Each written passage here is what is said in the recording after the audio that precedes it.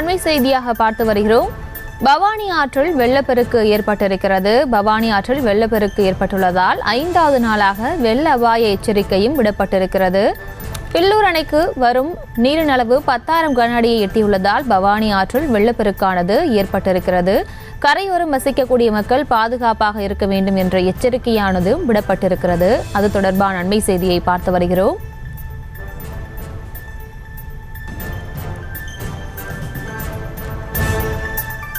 பவானி ஆற்றில் வெள்ளப்பெருக்கு ஏற்பட்டிருக்கிறது.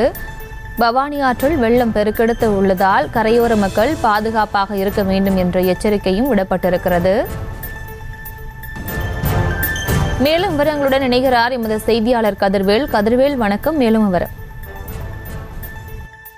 வணக்கம் பிரியங்கா. மேட்டுப்பாளையத்தில் இருக்கக்கூடிய பில்லூர் அணை நீர்பிடிப்பு பகுதியில் இருக்கக்கூடிய நீலகிரி மற்றும் கேரள மலைப்பகுதிகளில் கடந்த சில தினங்களாகவே கனமழை பெய்து வருவதால பில்லூர் அணைக்கு நீர்வனத்தானது அதிகரித்து காணப்படுகிறது.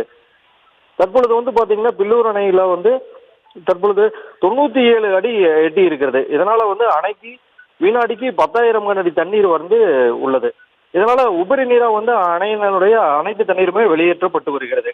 இதனால பவானி ஆற்றில் தற்பொழுது 10,000 கன அடி தண்ணீர் அப்படியே உபரி நீரா வெளியேற்றப்படுவதனால பவானி ஆற்றின் கரையோர பகுதிகளில் இருக்கக்கூடிய மேட்டுப்பாளையம், சிறுமுகை, அதாவது லிங்காபுரம், தேக்கம்பட்டி, நெல்லித்துறை ஆகிய பகுதிகளில் வசிக்கக்கூடிய மக்களுக்கு பாதுகாப்பாக இருக்க வேணும்னு சொல்லி மாவட்ட நிர்வாக சபையில் இன்னைக்கு 5வது நாளாக வெள்ள அபாய எச்சரிக்கையானது விடப்பட்டிருக்கிறது. மேலும் ஆற்றில் யார் இறங்கவோ, மீன் பிடிக்கவோ, அதுக்கப்புறம் பரிசல் மூலம் ஆற்றை கடக்கவோ முயற்சிக்க வேணாம் அப்படின்னு சொல்லியும் அறிவுறுத்தப்பட்டு வராங்க.